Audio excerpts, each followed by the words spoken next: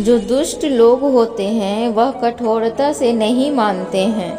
उनको समझाने के लिए कठोर व्यवहार करना आवश्यक है।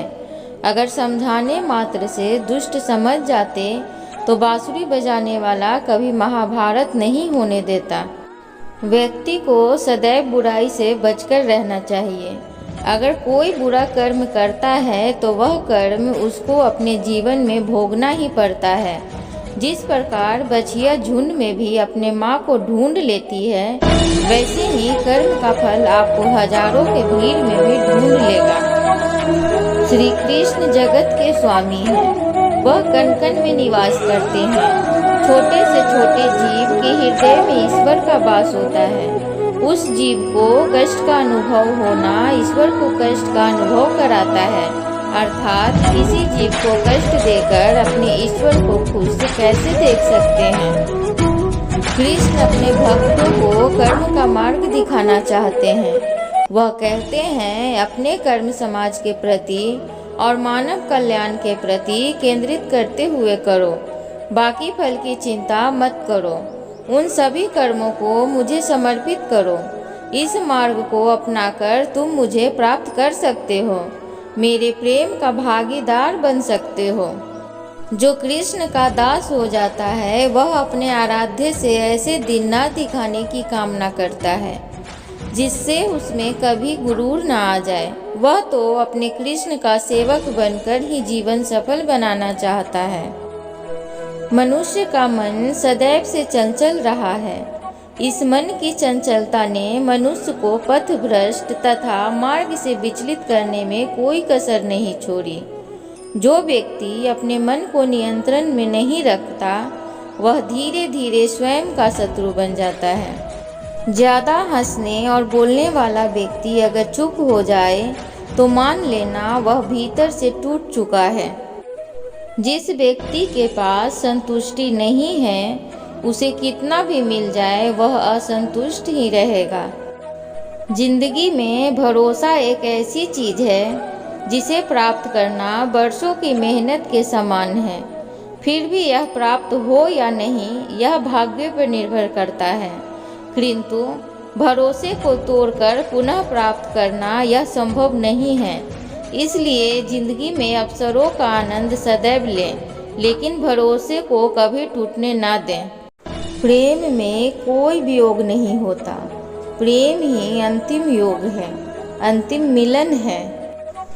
जो व्यक्ति अपने अहंकार से भारी हो जाता है, जिसमें अभिमान भर जाता है, वह उस पत्थर की भांति होता है जो भारी होने के बावजूद भी नदी की धारा में डूबकर अपना अस्तित्व खो देता है। अगर ईश्वर तुम्हें ज़्यादा प्रतीक्षा करवा रहे हैं, हो सकता है जितना तुमने मांगा उससे ज़्यादा देने वाला हो। जीवन ना तो भविष्य में है और ना ही अतीत में।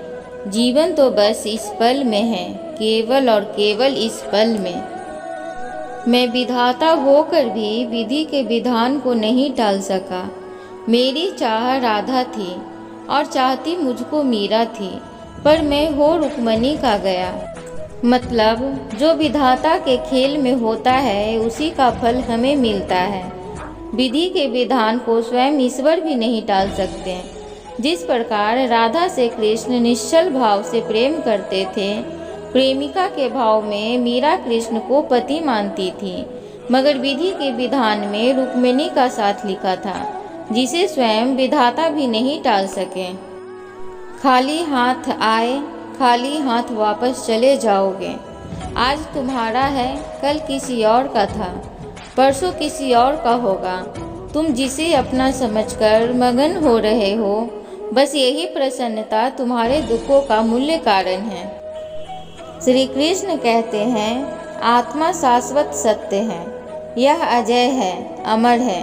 आत्मा नए नए शरीर को धारण करती है, एक शरीर से निकलकर दूसरे शरीर में। यही आत्मा की विचरण प्रक्रिया है।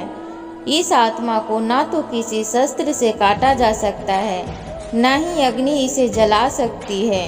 कोई जल इसे बुझा नहीं सकता और यह किसी वायु से सुख नहीं सकती है।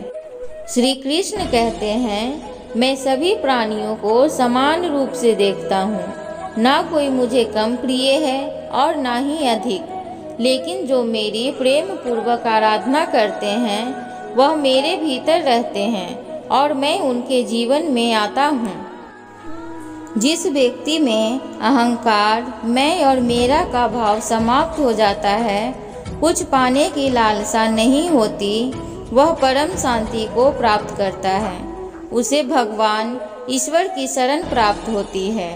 अतः समय में वह उस परम पद को प्राप्त होता है जो देवताओं के लिए भी दुर्लभ है। जिस व्यक्ति के पास आपके लिए मान, सम्मान और कद्र ना हो, उनके साथ रहना व्यर्थ है। वह सदैव आपके लिए शत्रुता का भाव रखते हैं। ऐसे व्यक्तियों के साथ रहने से उत्तम आप अकेले रहें। श्री कृष्ण कहते हैं, यह कर्म प्रधान है। जो व्यक्ति कर्म करके, परिश्रम करके अपने लिए कुछ अर्जित करता है, वह वास्तविक रूप से उस फल का भागी है। अन्यथा वह चोर की भांति है, जिसे बैठे बिठाए सब मिल जाता है। हद से ज़्यादा सीधा साधा होना भी ठीक नहीं, क्योंकि जंगल में सबसे पहले सीधे पेड़ों को ही काटा जाता है।